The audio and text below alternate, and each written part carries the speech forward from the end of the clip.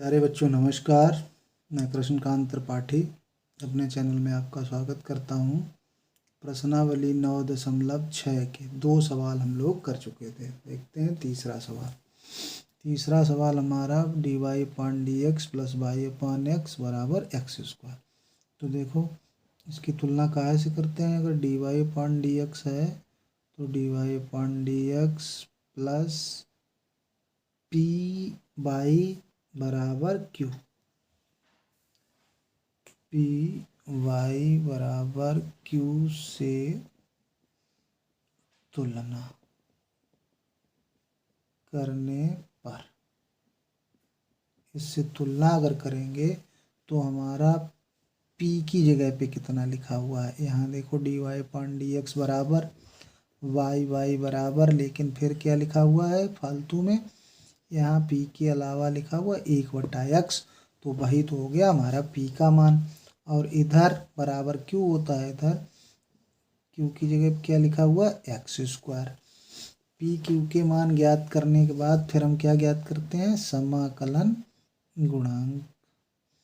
समाकलन गुणांक का सूत्र क्या होता है, समाकलन गुणांक या बोलते हैं इंटीग्रेशन फैक्टर, शॉर्ट में लिख देते हैं।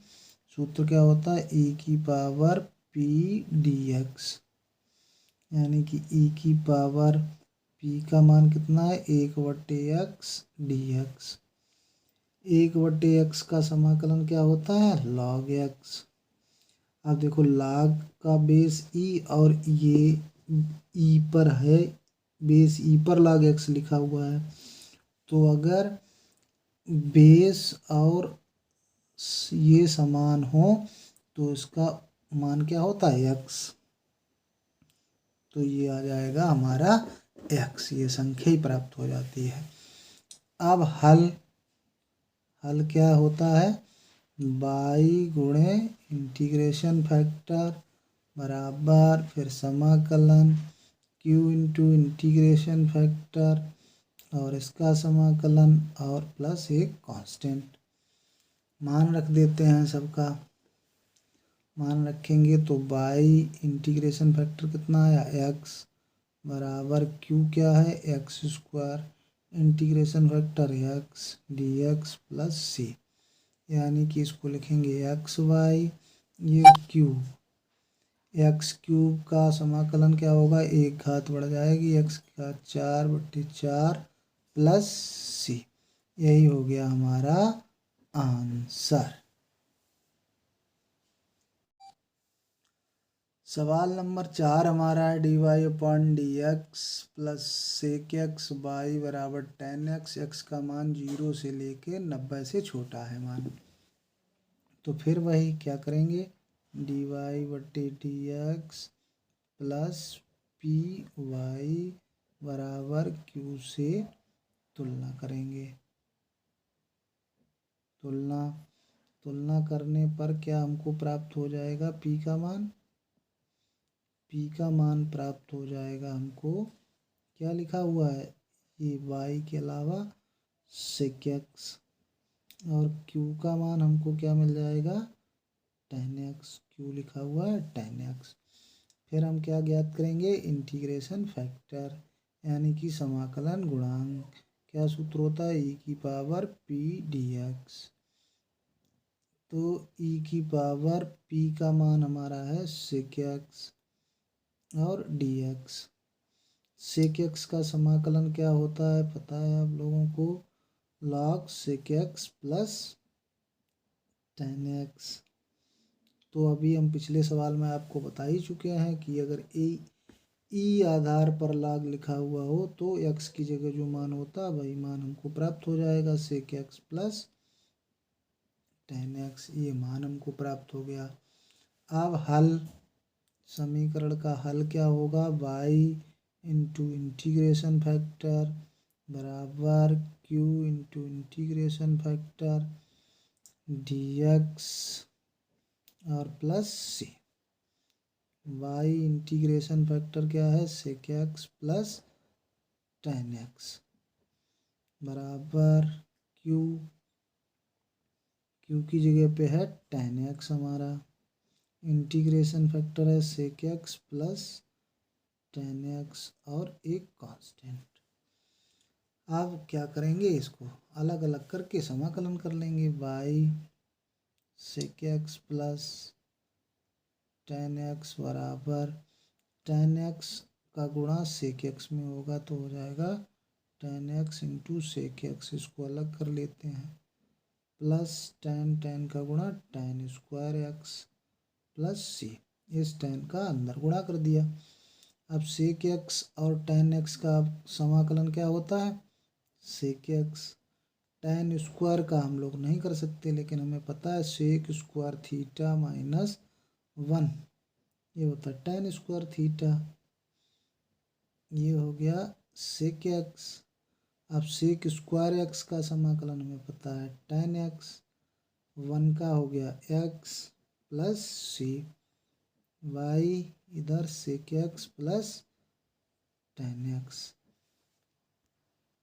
तो यही हो गया हमारा आंसर। सवाल समझ में आ रहे हैं तो वीडियो को लाइक करना बिल्कुल मत भूलना।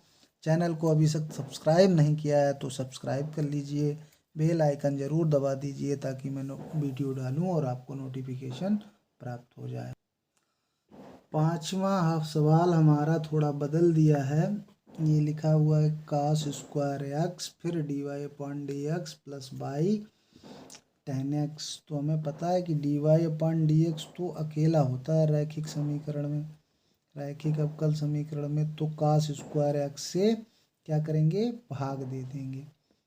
कास स्क्वायर एक्स से दोनों पक्षों में भाग देने पर, दोनों पक्षों में भाग देने पर भाग दे देंगे तो यहाँ पे कास स्क्वायर ख़त्म हो जाएगा।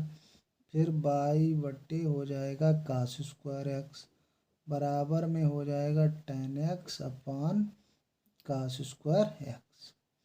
अब इसको लिख लेते हैं सही, d y upon d x. Cos square का उल्टा क्या होता है, sec square x into y. अब टेन को हम लिख सकते हैं साइन बटा कॉस एक्स, और नीचे ये कास पहले ही है कास स्क्वायर एक्स, तो इसको ऐसे ही लिखा रहने दें टेन एक्स। अब कास स्क्वायर को ऊपर करते हैं तो सेक स्क्वायर एक्स हो जाएगा। तुलना कर दें, d y upon d x plus p y बराबर क्यू से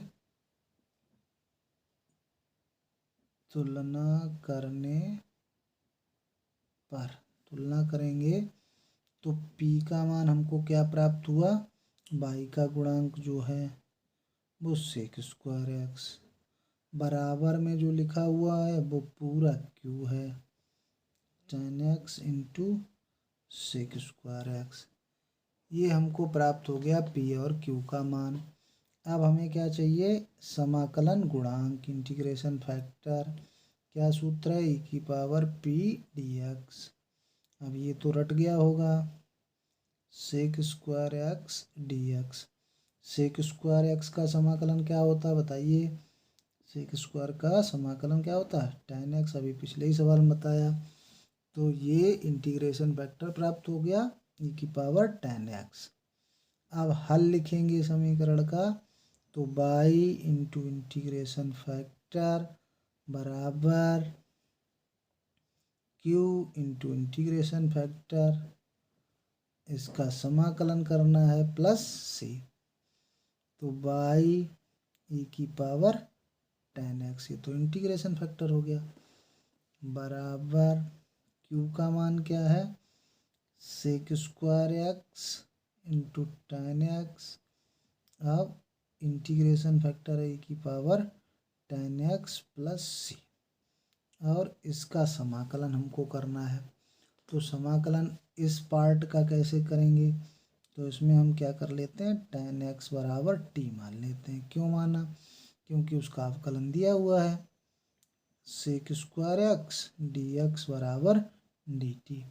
तो इस जगह पे sec square x d x की जगह पे आ जाएगा हमारा डी टी।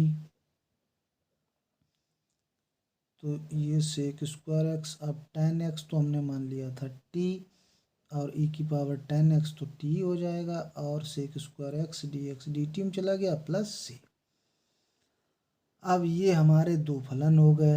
अगर एक्सपोनेंशियल है तो उसको हमेशा दूसरा ही फलन मानते हैं, तो इसको मान लें दूसरा फलन, इसको मान लें प्रथम खंडशः समाकलन से करते हैं। इसका क्या सूत्र होता है खंडशः का?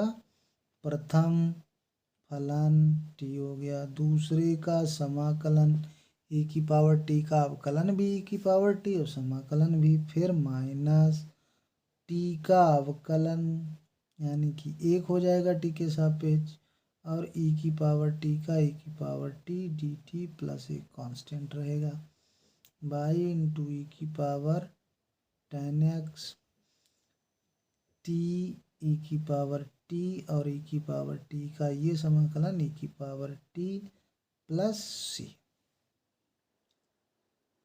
अब यहाँ ई की पावर टी ले लेते हैं कॉमन, तो क्या हो जाएगा T minus one plus C by into E की पावर टेन एक्स इधर है ही। अब टी का मान रख देते हैं, तो ई की power tan X minus one और प्लस सी इधर बाई इंटू ई की पावर टेन एक्स।